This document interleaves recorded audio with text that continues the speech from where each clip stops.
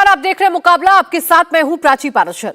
प्रधानमंत्री मोदी को घेरने के लिए एक तरफ तो लगातार विपक्षी एकता की बात हो रही है, तो दूसरी तरफ मोर्चे भी बन रहे हैं। हर मोर्चे पर अलग अलग मोर्चा बन रहा है, मुद्दा अलग अलग है। ईडी सीबीआई से मुकाबले के मोर्चे पर अलग मोर्चा है, अडानी के मुद्दे पर अलग मोर्चा है, राहुल की विलायत में दिए भाषण पर अलग मोर्चा है। हर मोर्चे का हीरो अलग है, हर मोर्चे में टीम अलग है, हर मोर्चे की मीटिंग के स्पॉट अलग अलग है। आज दिल्ली में मोदी सरकार के खिलाफ प्रदर्शन हुआ। इसमें सोनिया, राहुल और खड़गे ऊपर कुर्सी पर बैठे, बाकी सारे नेता नीचे। इसको लेकर बयानबाजी शुरू हो गई। इधर दिल्ली में एक मोर्चा मोदी विरोधी नारे लगा रहा था, तो कोलकाता में अखिलेश यादव ममता बनर्जी से मिलने पहुंचे। इन सबके बीच एक मैसेज क्लियर है कि मोदी के सामने किसी को एक ऐसा मुद्दा नहीं मिल पा रहा जो सारे मतभेद भुला दे। सिसोदिया को आज फिर 5 दिन की कस्टडी में भेज दिया गया। तेजस्वी यादव पर गिरफ्तारी की तलवार लटक रही है। केसीआर की बेटी के कविता भी डरी हुई है। विपक्ष का हर चेहरा करप्शन के किसी न किसी आरोप में फंसा हुआ है। दूसरी तरफ मोदी और उनकी कैबिनेट अपनी स्वच्छ छवि का प्रचार प्रसार कर रही है। तो मोदी के खिलाफ ये अलग अलग मोर्चाबंदी पर आज करेंगे चर्चा, लेकिन उससे पहले आप ये रिपोर्ट देखिए।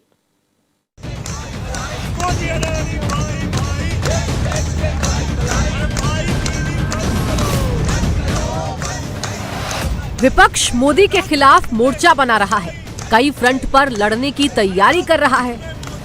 लेकिन ये तैयारी मोदी के सामने कैसे होगी, क्योंकि एक तरफ ईमानदार मोदी है तो दूसरी तरफ भ्रष्टाचार के आरोपों में घिरा विपक्ष। पहला मोर्चा राहुल गांधी लीड कर रहे हैं, कई मामले में आरोपी हैं। दूसरा मोर्चा केजरीवाल ने खोल रखा है, जिनके 2 मंत्री सिसोदिया, जैन जेल में हैं। तीसरा मोर्चा ममता, अखिलेश बना रही हैं, लेकिन दोनों पार्टियों के नेताओं पर भ्रष्टाचार के गंभीर आरोप हैं।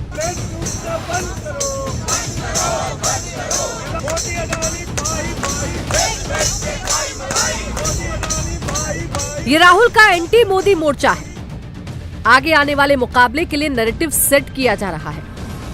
अडानी को मुद्दा बनाकर मोदी के खिलाफ माहौल बनाया जा रहा है। बीजेपी राहुल से लंदन वाले बयान पर माफी की मांग कर रही है, लेकिन एंटी मोदी मोर्चा का कहना है कि माफी की मांग अडानी के मुद्दे से ध्यान भटकाने की कोशिश है। ये पूरा मामला डिस्ट्रैक्ट करने का मामला है। सरकार और प्रधानमंत्री जो अडानी जी का मुद्दा है उससे डरे हुए हैं और इसीलिए उन्होंने ये पूरा तमाशा प्रिपेयर किया है। और मुझे लगता है कि वो मुझे पार्लियामेंट हाउस में नहीं बोलने देंगे, क्योंकि जो मेन सवाल है वो अभी भी टेबल पे है। विपक्ष ने मोदी के खिलाफ एक मोर्चा दिल्ली में खोला, जिसकी अगुवाई कांग्रेस कर रही थी। कांग्रेस मोदी के खिलाफ अपने आप को लड़ाई में लाना चाह रही है, विपक्ष का अगुवा दिखा रही है। दूसरा मोर्चा केजरीवाल खोलकर बैठे हैं, तो वहीं एंटी मोदी का तीसरा मोर्चा कोलकाता में खुला। अखिलेश यादव ममता बनर्जी से मुलाकात कर रहे हैं, मोदी के खिलाफ प्लान बना रहे हैं। 2024 में किस तरीके से भारतीय जनता पार्टी का सफाया हो, उसके लिए पार्टी के वरिष्ठ नेता बैठ करके एक दूसरे को सुझाव देंगे। पार्टी किस रास्ते चले उस दिशा तय करेंगे। जिस तरह से दीदी ने भारतीय जनता पार्टी का मुकाबला किया था, आने वाले चुनाव में भी भारतीय जनता पार्टी का मुकाबला कर करके यहाँ से भारतीय जनता पार्टी का सफाया हो। बंगाल से सफाया हो, झारखंड से सफाया हो, यूपी से सफाया हो और दक्षिण भारत से भी सफाया भारतीय जनता पार्टी का हो। आगे आने वाले मुकाबले में क्या ये विपक्षी मोर्चा मोदी को मात दे पाएगा? क्या विपक्ष मोदी के खिलाफ माहौल बनाने की कोशिश में कामयाब हो पाएगा? क्या विपक्ष एकजुट होकर मोदी को हरा पाएगा या भ्रष्टाचार में घिरकर मोदी से मात खाएगा? भ्रष्टाचार में आकंठ डूबे हुए तमाम उन दलों का हाहाकार सुन रहे होंगे जिनमें से शायद कोई भी दल ये न बता पाए कि 2014 से पहले भी उनके खिलाफ कोई भ्रष्टाचार का केस नहीं था। ये सब हैं जो पिछले 20, 25, 30 वर्षों से कभी न कभी किसी न किसी रूप में भ्रष्टाचार में आबद्ध रह चुके हैं। और इसी पर चर्चा करने के लिए हमारे साथ खास मेहमान जुड़ रहे हैं के शर्मा, प्रवक्ता बीजेपी, चरण सिंह सापरा, प्रवक्ता कांग्रेस, हमारे साथ रिजू दत्ता, प्रवक्ता टीएमसी हैं, और अरविंद वाजपेयी, प्रवक्ता एलजेपीआर। आप सभी का बहुत बहुत स्वागत है। के शर्मा जी, मैं आपसे शुरुआत कर रही हूं। देखिए, जो काम जनता नहीं कर पाई वो काम आपके उस मुद्दे ने कर दिया जिस पर आप चर्चा नहीं कर रहे, जिस पर आप विपक्ष को इग्नोर कर रहे हैं। विपक्ष का यह आरोप है, अडानी के मसले पर ही सही, अब पूरा का पूरा विपक्ष लामबंद है। आपके खिलाफ एक सुर में अब सवाल पूछे जा रहे हैं कि आप क्यों डर रहे हैं, क्यों नहीं सवाल पूछने दे रहे हैं। प्राची जी, देखिए, विरोधी पक्षियों का एकजुटता ये जनता का काम नहीं है ये इन दलों का काम है। लेकिन ये भ्रष्टाचारियों की जो जमात इकट्ठी है, जिस भ्रष्टाचारियों का आप जमात देख रहे हैं, वो पूरा देश भी देख रहा है। ये सारे भ्रष्टाचारी जो है, जो भ्रष्टाचार के संरक्षण के लिए एकजुट होकर कोशिश कर रहे हैं कि हमें किसी तरह बच जाए, हम किसी तरह हम बच जाए। ये बचने वाले नहीं है। मैं बहुत स्पष्टता से कह दूं, मोदी जी की नेतृत्व की सरकार है, इसमें भ्रष्टाचारियों की कोई खैर नहीं है। और कोई जाए, वो कांग्रेस हो जाए, केजरीवाल हो जाए, कोई हो, ये किसी का भ्रष्टाचार यहां पर बचने वाला नहीं है। नंबर 1।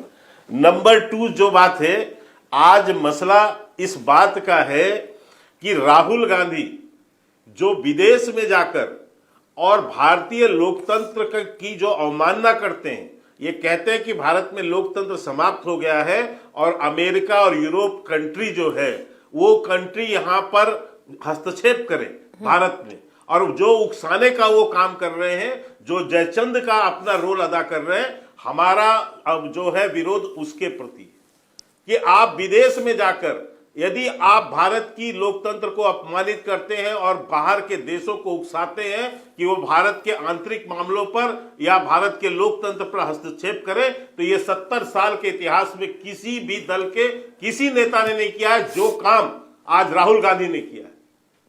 तो इसको संसद का अपमान है, ये भारतीय लोकतंत्र का अपमान है, 130 करोड़ जनता का अपमान।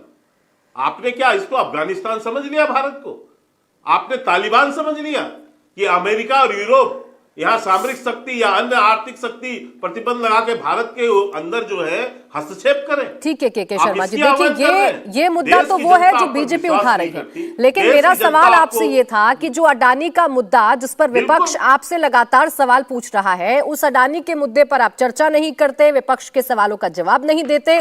उसका नतीजा आप देखिए, अब आपके खिलाफ एक मोर्चा तैयार हो रहा है जिसमें तमाम विपक्षी दल एक साथ नजर आ रहे हैं। आज आपने प्रदर्शन देखा, आम आदमी पार्टी भी शामिल थी, कांग्रेस शामिल थी, तमाम विपक्षी दल शामिल थे।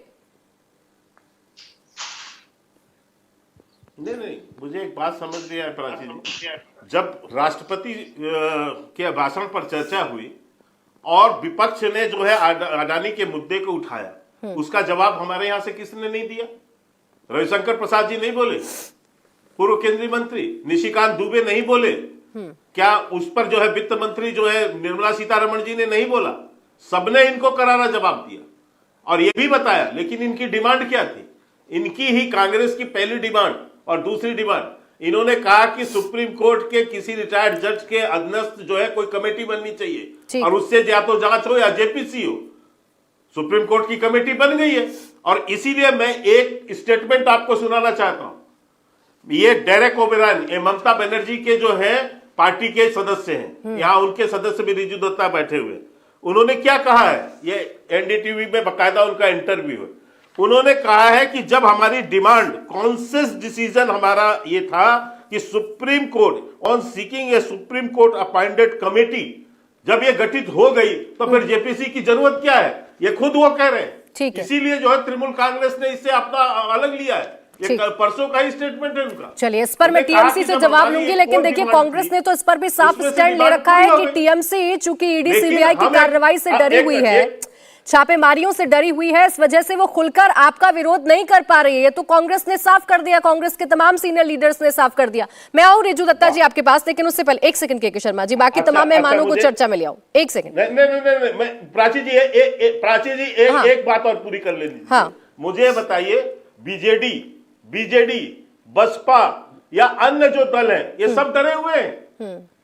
ये सब वस्तुस्थिति को समझ रहे हैं कि ये जो भ्रष्टाचारियों की जो अच्छा, जमात चलिए, है, ठीक। ऐसे कम से कम 10 दल हैं ठीक है। जो इसमें से पार्टिसिपेट ही नहीं कर रहे हैं। ठीक है सब सापरा अलग-अलग साहब, उसमें है, वो तो अब के नहीं शर्मा जी है। बाकी मेहमान है, ये पहले क्या मैं उनको हमारे चर्चा में ले आऊं, विपक्षी फिर नहीं उसके है बाद ओपन लेकिन चर्चा इसलिए करेंगे। आप लोग करिएगा, सब काउंटर जानते हैं। पूछिएगा सवाल। एक सेकंड सापरा साहब, सब जानते हैं कांग्रेस कि कांग्रेस अगुवाई जो तो है, कर रही है आज अडानी के मुद्दे पर। भ्रष्टाचारियों का के शर्मा जी अब जवाब रुकिए बन ना, चुका है बाकी विपक्षी मेहमान भी दल तो है, उनको चर्चा में लाने दीजिए प्लीज।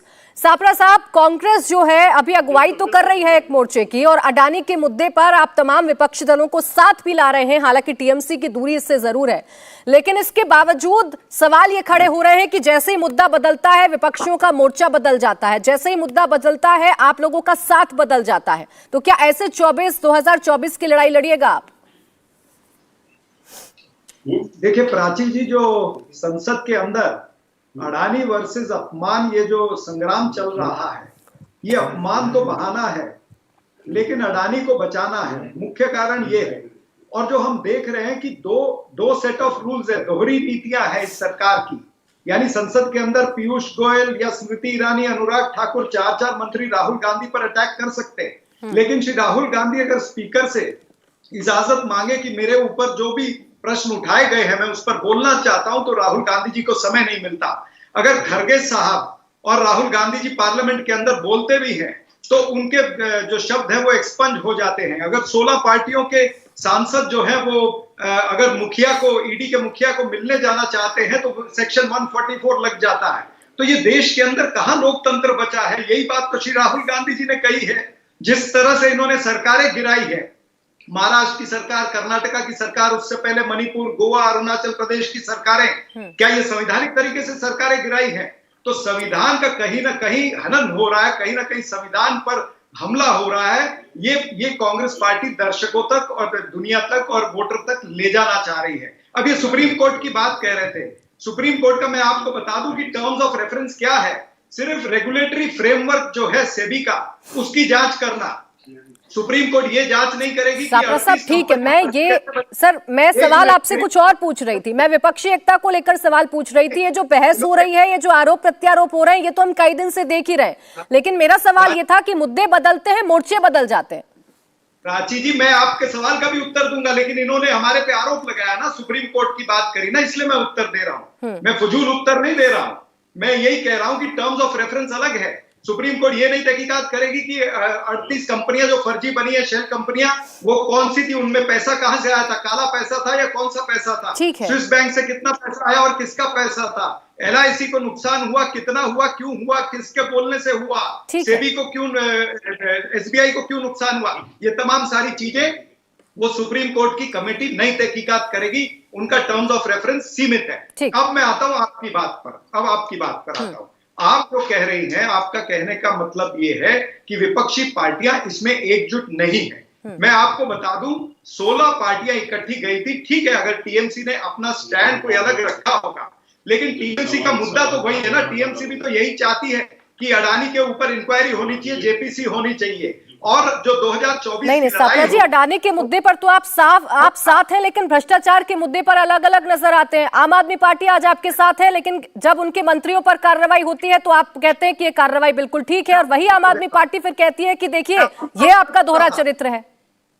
नहीं, मैं आप ही का उत्तर दे रहा था, आप बीच में उत्तेजित होके आ गई। मैं यही कह रहा था कि 2024 का चुनाव जो है वो मोदी वर्सेस मुद्दा होगा। कुछ अलायंस जो होंगे वो प्री पोल अलायंस होंगे, कुछ पोस्ट पोल अलायंस होंगे। जैसे 2004 में हुआ था, सभी लोग कहते थे शाइनिंग इंडिया बहुत बड़ी कैंपेन है, अटल बिहारी वाजपेयी तो नरेंद्र मोदी से भी बड़ा चेहरा थे और कहते थे कि विपक्ष के पास में चेहरा नहीं है।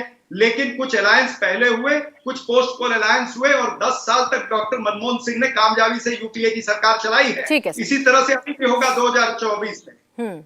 ठीक है, अडानी के मुद्दे पर अभी आप साथ हैं, लेकिन अभी इंतजार करना होगा। आप कह रहे हैं कि 2024 में चमत्कार होगा, जैसे कि पहले के चुनावों में देखा गया था। अनुराग भदौरिया जी, फिलहाल आप लोग कहां पर हैं? आप कई मुद्दों पर कांग्रेस के साथ हाथ से हाथ मिलाते हुए नजर आते हैं, कई मुद्दों पर आप कांग्रेस के लिए कहते हैं कि जो कांग्रेस ने किया वही बीजेपी करती हुई नजर आ रही है। आज आप बंगाल पहुंचे हैं, दीदी से मुलाकात कर रहे हैं, आपका स्टैंड क्या है, पहले ये आप क्लियर करिए। देखिए, हम समाजवादी लोग हमेशा से जनता की समस्या की बात करते हैं। जनता के मुद्दों की बात करते हैं, हमारी राजनीतिक मुद्दों पर आधारित होती है। भारतीय जनता पार्टी के साथ तो आप पता ही है, इस संवाद विरोधी सरकार है, इनको संवाद ही नहीं करना है किसी से, ये संवाद चाहते ही नहीं है, ना पार्लियामेंट के अंदर संवाद करना चाहते हैं। पार्लियामेंट चल रही है, पहली बार देखा जा रहा है देश के अंदर में कि सत्ता पक्ष के लोग पार्लियामेंट नहीं चलने दे रहे हैं, वो हंगामा काट रहे हैं, कह रहे हैं कोई ये करे, कोई माफी ठीक है, जिससे माफी मंगवाना मंगवाओ, जिसको कुछ करना करवाओ, लेकिन जनता ने आपको चुना था पार्लियामेंट चलने के लिए। लोग सांसद चुन के आते हैं अलग अलग लोकसभा से, उनके अपने मुद्दे हैं जनता के मुद्दों का समाधान, जनता के मुद्दे अगर पार्लियामेंट में नहीं उठेंगे तो उसका समाधान कैसा होगा? तो इसके मतलब भारतीय जनता पार्टी चाहते नहीं है पार्लियामेंट चले, भारतीय जनता पार्टी चाहती ही नहीं कि जनता की समस्या का यहां पे बहस हो, उसका कोई समाधान निकले, क्योंकि इनको तो अपने भारतीय जनता पार्टी को तो अपने मन की बात करनी है, जनता के मन की बात होने नहीं देनी है। इसलिए ये भारतीय जनता पार्टी सदन नहीं चलने दे रही है, क्योंकि सदन लोकतंत्र में चलाने की जिम्मेदारी सत्ता दल की होती है और सत्ता दल अपनी जिम्मेदारी से भाग रहा है। और इस देखिए, जब ये विपक्ष में थे तब कह रहे थे कि सत्ता दल की जिम्मेदारी होती है, सत्ता दल पार्लियामेंट नहीं चलने दे रहा है। आज वही भारतीय जनता पार्टी सत्ता में है तब भी नहीं चलने दे रही है। मतलब विपक्ष में होंगे तो भी हंगामा करेंगे, सत्ता पक्ष में होंगे तो भी हंगामा करेंगे। माने जनता के मुद्दों पे, असली मुद्दों पे चर्चा न हो जाए, इसलिए उससे ध्यान भटकाने की पूरी इन मुद्दों की लड़ाई अनुराग भदौरिया जी आप किस दल के साथ मिलकर लड़ना चाहते हैं? मेरा सवाल यह था, आप किस दल के साथ मिलकर लड़ना चाहते हैं, किस दल के साथ आप आगे बढ़ रहे हैं? जनता के मुद्दों के साथ, जनता के दल के साथ, जनता होती है ना, जनता, आम जनता के मुद्दों के साथ, जो आम जनता के मुद्दों के साथ है, महंगाई, बेरोजगारी, महिला समस्या, किसान, युवा, शिक्षा, स्वास्थ्य, जो इन मुद्दों पे लेके साथ में है वो सबके साथ है।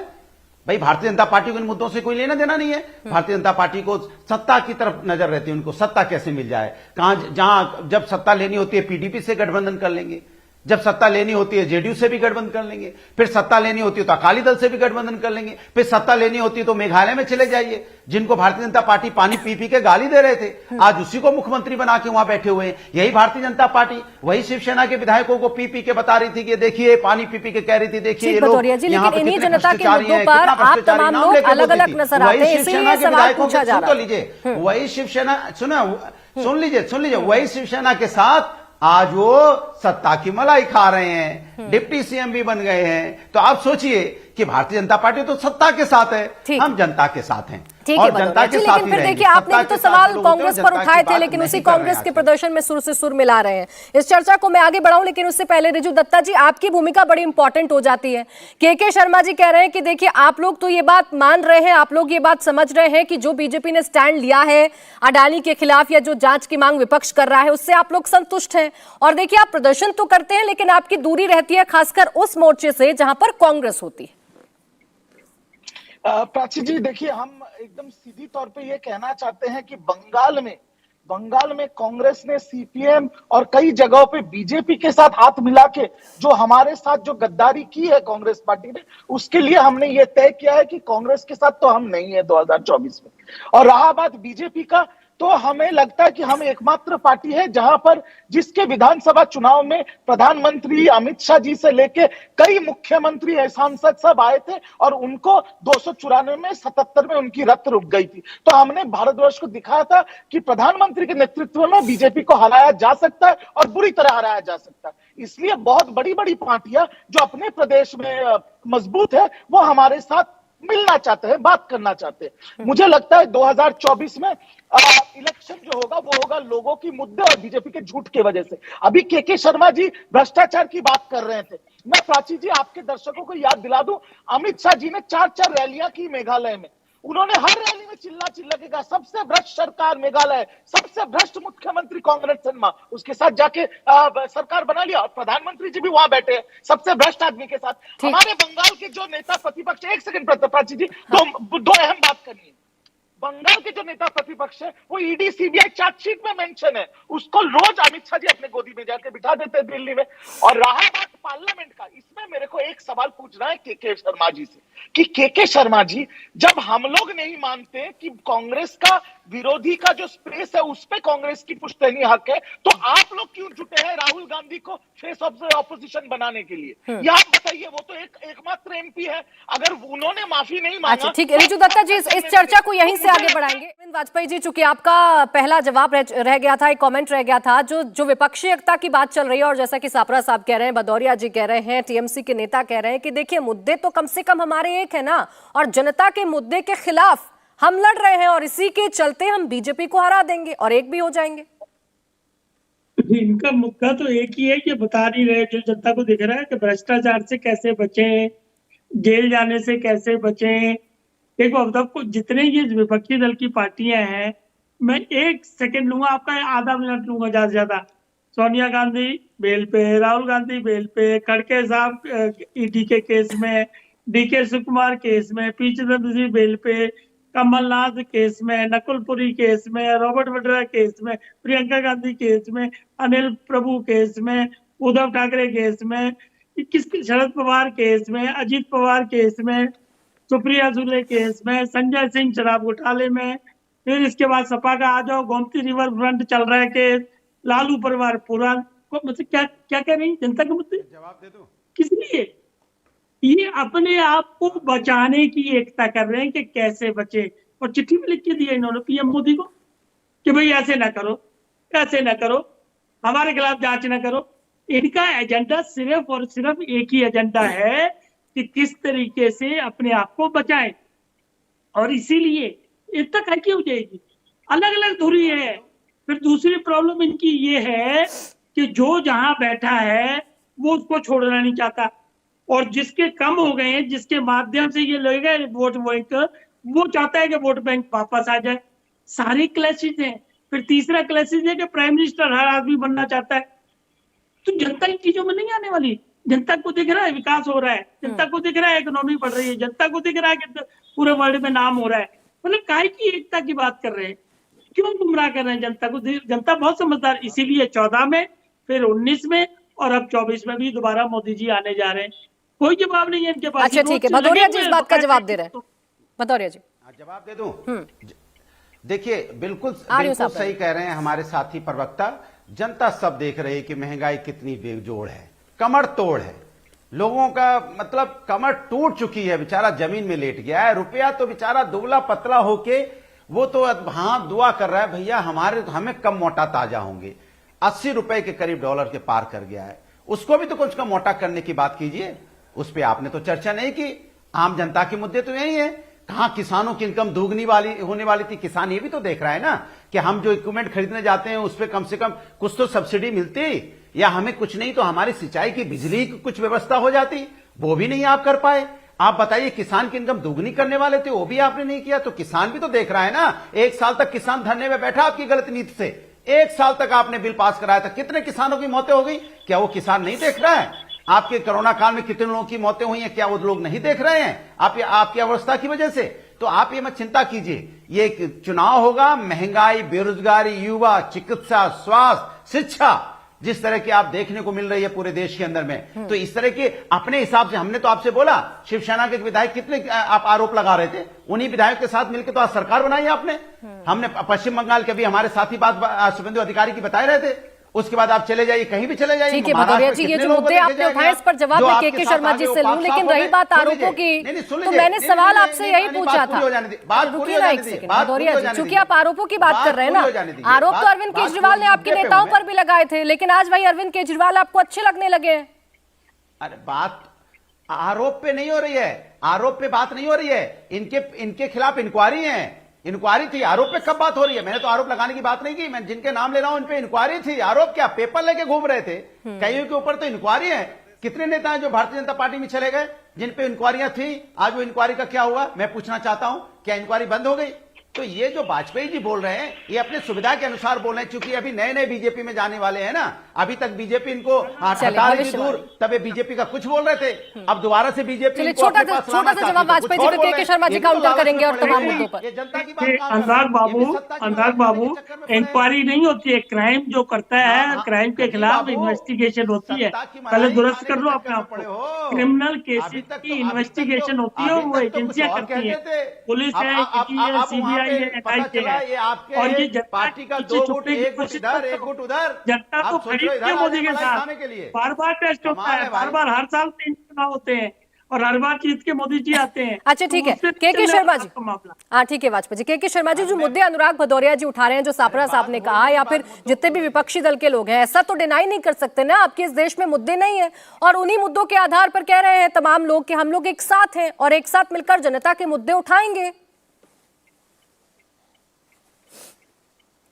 देखिए प्राची जी, मैं 3 विपक्ष में मेरे बोल रहे हैं, थोड़ा मुझे समय दे दीजिएगा। अभी अभी सापरा साहब गिना रहे थे कि कैसे इन्होंने सरकार गिराई। अरे सापरा साहब, थोड़ा अपना इतिहास खंगाल लो। धारा 356 लगा के 60 साल के अंदर आपने 90 बार धारा 356 का उपयोग किया और चुनी हुई सरकारों को आपने गिरा दिया। चुनी हुई सरकारों को 90 बार। कम से कम आप तो न बोले, बस ये आप जैसे लोग, जिन लोगों ने लोकतंत्र की हत्या की, इस देश में आपातकाल लगाया, आपको तो बोलने का कोई राइट नहीं है। आप किस मुंह से ये सब बातें बोलते हैं। लेकिन मैं इसके बाद आता हूँ। अभी इनको मैं भदौरिया जी को सुन रहा था, बड़ी ऊंची ऊंची हाक रही यहाँ से वहां तक, जनता हमारे साथ है, हम जनता का मुद्दा उठाते हैं। अरे जनता आपके साथ, आप कह रहे या जनता ही आपके साथ नहीं है। 4 चुनाव हरा दिया उत्तर प्रदेश में आपको, 4 चुनाव। अभी किसान आंदोलन की बात कर रहे थे, किसान आंदोलन के बाद ही वहां पर चुनाव हुआ ना। पश्चिमी उत्तर प्रदेश में आपको जो है जगह नहीं मिली, इसलिए मैं आपको कह रहा हूं, क्योंकि आपका ये टीवी में बैठ के ये जो गाते हो आप यहाँ पर ना, ये मुद्दे वो मुद्दे वो मुद्दे, 4 साल में एक भी बार यदि आपने एक आंदोलन और धरना किया हो, कुछ नहीं किया आपने। केवल आप एक काम करते हैं, रामचरितमानस फाड़ना, रामचरितमानस को जलाना, जाति का जहर बोना, पंडितों ब्राह्मणों संतों को ऊपर जो है लाठी चलाना, यही आपका काम है। क्योंकि जमीनी काम आपका ये है, जमीन में आप काम ये करते हो।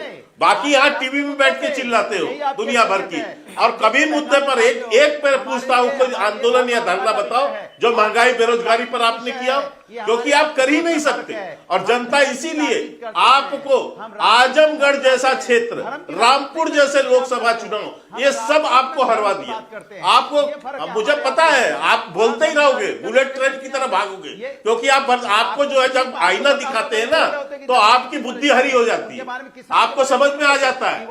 तो मैं ये कहना चाहता हूँ प्राची जी, ये तो चिल्लाएंगे, तो चिल्लाना इनका काम है। सच्चाई आज की डेट पर यह है कि विपक्ष जो है अडानी का मुद्दा उठा के राहुल गांधी को बचाने की कोशिश कर रहा है। आज कांग्रेस पार्टी राहुल गांधी की अडानी का मुद्दा होके किसी तरह जो इतना बड़ा जो अपमान किया है भारत का, 130 करोड़ जनता का जो अपमान हुआ है, जिस ढंग से भारत को बदनाम किया गया है। देखिए ना, पूरा विपक्ष अडानी के मामले पर आपसे सवाल पूछता है। आप कांग्रेस को बोलिए के शर्मा जी, चलिए ठीक है, मान लिया कि कांग्रेस राहुल गांधी जी के बयान को लेकर अडानी का मुद्दा उठा रही है, पूरा विपक्ष भी तो साथ है ना, पूरे विपक्ष को तो इग्नोर नहीं कर सकते हैं ना। विपक्ष अगर आपसे कोई सवाल पूछेगा तो ये जिम्मेदारी तो सरकार की है कि आप जवाब दीजिएगा, उसको बताइएगा कि नहीं देखिए सरकार ये कदम उठा रही है। सिर्फ राजनीति या सियासत कहकर आप इग्नोर नहीं कर सकते।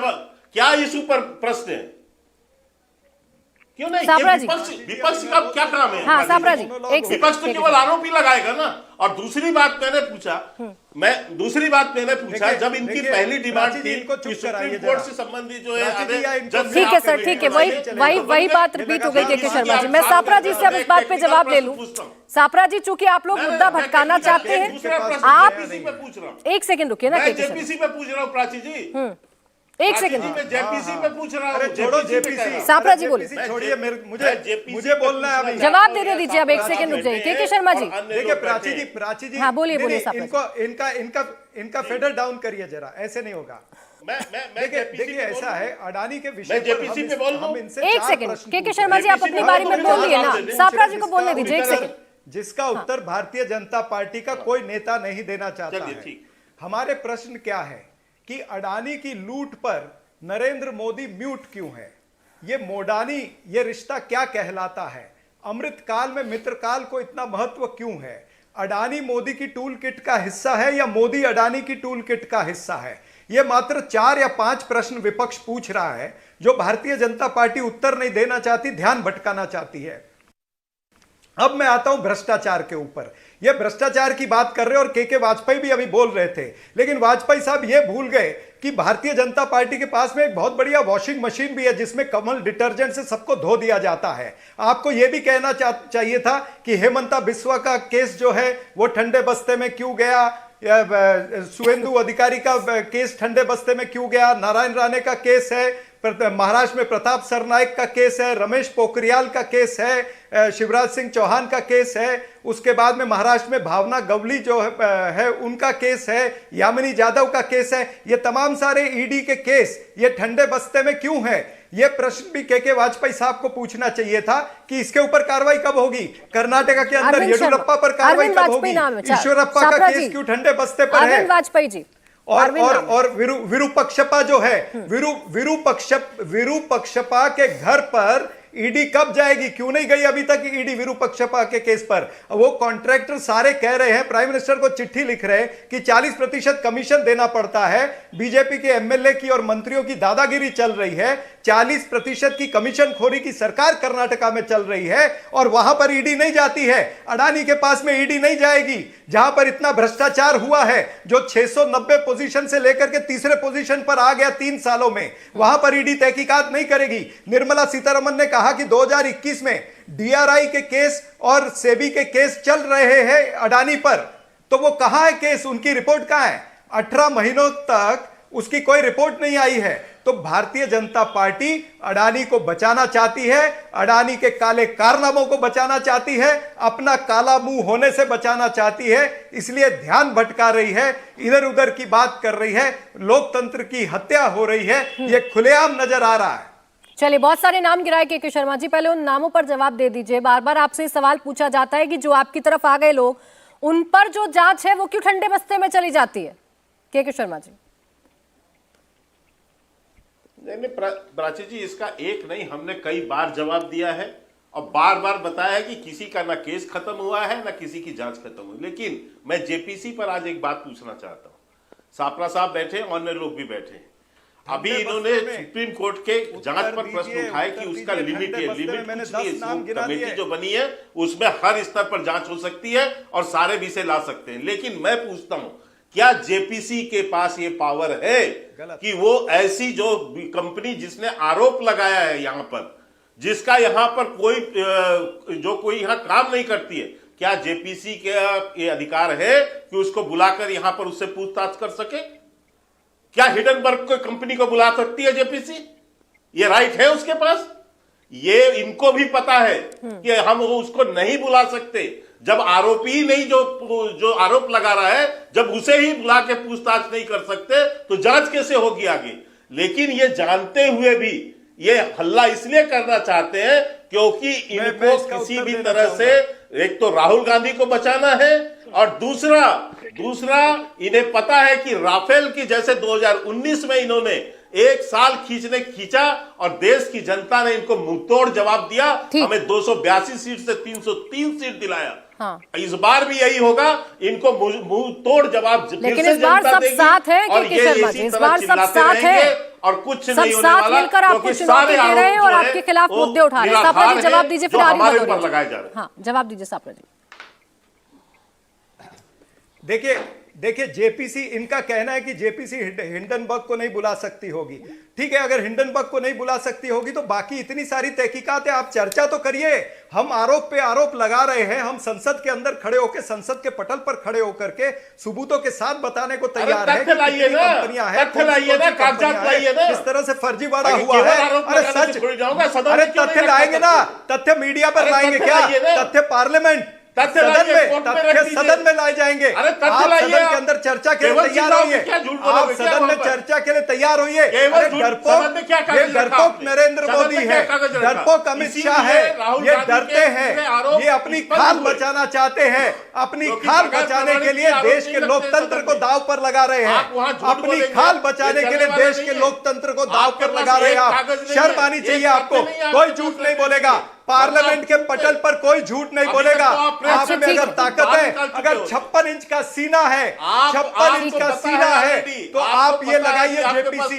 56 इंच का सीना है, आप डरपोक है, डरपोक नरेंद्र मोदी है, डरपोक अमित शाह अच्छा के शर्मा जी और सापरा जी, देखिए यहाँ मुद्दा जेपीसी नहीं था, यहाँ मुद्दा अडानी नहीं था, यहाँ मुद्दा राहुल गांधी की माफी नहीं था। मैं तो सवाल विपक्ष के मोर्चों की कर रही थी और उन्हीं सवालों का जवाब जानने की कोशिश कर रही थी। भदौरिया जी, हाँ ठीक है सर, आ गई आपकी बात। आप अडानी के मुद्दे पर एग्रेसिव है और पूरा विपक्ष आपके साथ है। भदौरिया जी, आपने कहा आप जनता के मुद्दे उठाते हैं और जनता का मुद्दा जो उठाएगा आप उसके साथ हैं, लेकिन सर आपका स्टैंड उसी जनता को भी तो कंफ्यूज करेगा ना।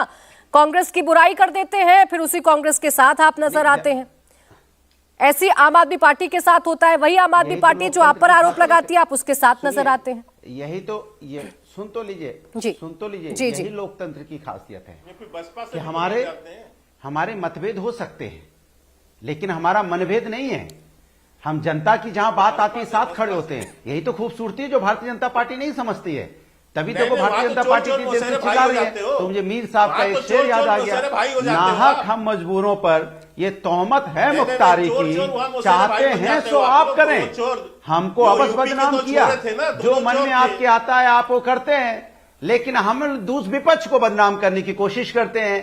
लेकिन आप कम से कम हमारी नहीं मानते तो मीर साहब को पढ़ लीजिए। आप बीच में बोल रहे थे, मैं दोबारा सुना देता हूं, शायद आपको समझ में आ जाएगा। एक बार सुन लीजिए ना, अरे सुन लीजिए। लोकतंत्र में हमारा मतभेद हो सकता है, लेकिन लोकतंत्र में हमारा मनभेद नहीं होता है। हम एक दूसरे का सम्मान करने वाले लोग हैं, ये हिंदुस्तान के नागरिक हैं, हम सब हिंदुस्तानी हैं। हो सकता है किसी बात से हम आपसे ना एग्री करते हो, लेकिन इसका मतलब नहीं है कि हम आपको दुश्मन मान लेंगे, हम दुश्मन की तरह आपके साथ व्यवहार करने लगेंगे। हम जब चाहेंगे आपको परेशान करने लगेंगे। हम आपको दुश्मन नहीं मानते हैं कभी भी, हम आपको अपना हिंदुस्तानी, अपना खून मानते हैं। इसलिए हमारे मतभेद हो सकते हैं, लेकिन हमारा मनभेद कभी नहीं होता है। ये जिस दिन आप समझ जाएंगे, आप हिंदुस्तान की संस्कृति संस्कार को समझ जाएंगे, हिंदुस्तान के कल्चर को लेकिन समझ आप कांग्रेस बीजेपी को एक जैसा बताते हैं, फिर उसी कांग्रेस पर कहते हैं कि आप बीच में चिल्ला रहे हैं कि हमारा मतभेद नहीं है, हमारा मतभेद हो सकता है, मनभेद नहीं हो सकता है।